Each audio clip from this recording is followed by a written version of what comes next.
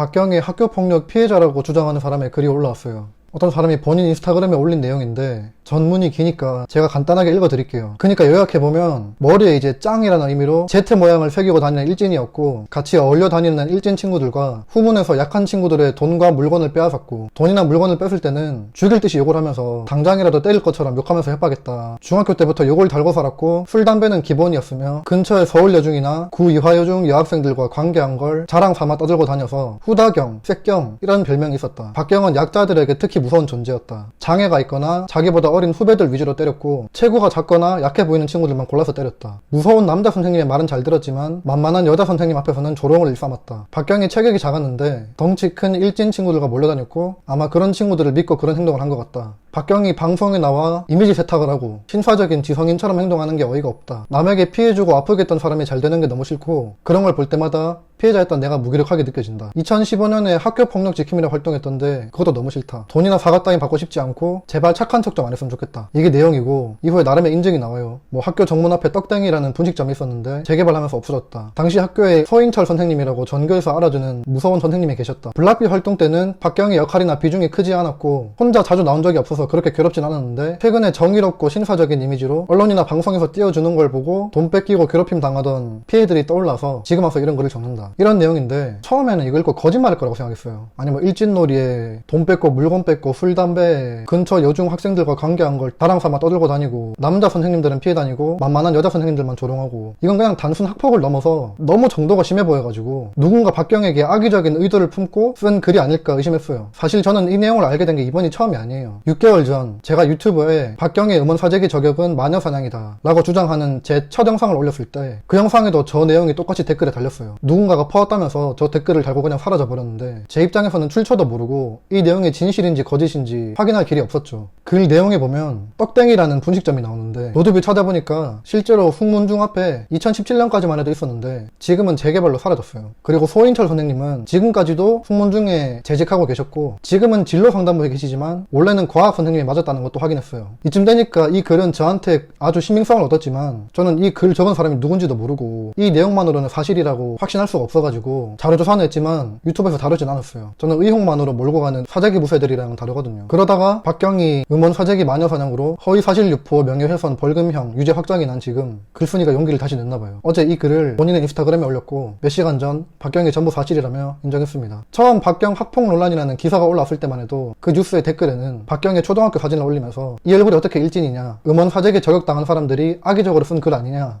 지금 와서 이딴 글을 올리는 이유가 뭐냐, 이런 댓글이 대부분이었어요. 자, 이제는 본인 입으로 직접 인정한 지금 아직도 박경의 팬들은 일진놀이에 눈이 멀어서 자기보다 약한 친구들만 골라서 돈과 소지품을 뺏고 술 담배는 기본에 늘 입에 욕을 달고 살고 근처 여중의 학생들과 관계한 걸 자랑 삼아 떠들고 다니고 덩치 큰 일진 친구들을 믿고 자기보다 약한 장애가 있거나 어린 후배들만 골라서 때리고 다니는 남자 선생님 말은 잘 듣지만 만만한 여자 선생님만 조롱하고 다니는 이 진짜 비겁한 박경을 실드 쳐줄까요? 제가 이번에 음원 사재기 관련 6개월 동안 조사하면서 느낀 점은 정말 유명해지는 게 좋구나 하는 거였어요. 아무런 증거 없이 지인한테 주워 들은 내용만으로 트위터에 실명 언급 한번 하니까 그 가수들은 거의 쓰레기 매장당해버리고 경찰, 검찰, 법원에서 10개월에 가까운 조사 끝에 사재기가 아니었고 박경의 허위사실적시 명예훼손이었다고 밝혀진 지금까지도 아직도 뭐 50대 인기 차트에서 닐러가 어떻게 1위를 하냐 같은 부실한 논리로 이제는 경찰, 검찰, 법원을 욕하고 있어요. 그거 하나 못 잡냐고. 왜 박경이 유죄냐고. 박경 되게 인기도 많고 팬도 많은 걸로 알고 있는데 저는 이번 일마저도 팬들이 감싸줄까봐 겁이 나요. 아니 이런 사람이 연예계에서 버젓이 활동하고 예능에 꾸준하게 나오는 게 진짜 맞을까요? 지금은 반성하니까 괜찮다는 사람들, 사과했으니까 이제는 착하게 살면 된다는 사람들, 저거는 사과가 아니에요. 미안해. 근데 이래서 이랬어. 나도 나름의 사정이 있었어. 이거는 변명이지 사과가 아닙니다. 초등학교 때 공부밖에 몰라서 놀림과 무시의 대상이었다? 근데 그런 놀림과 무시가 싫어가지고 노는 친구들이 멋있어 보여서 같이 놀았다? 초등학교 때 공부밖에 모른다고 놀림과 무시의 대상이 되는 사람은 없어요.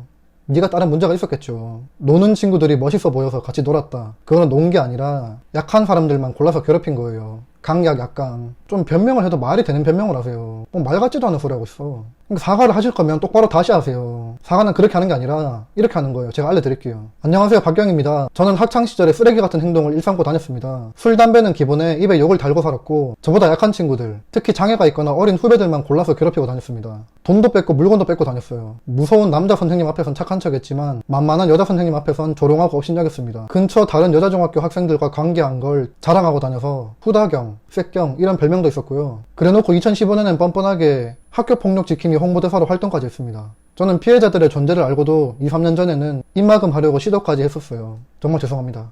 이게 사과예요.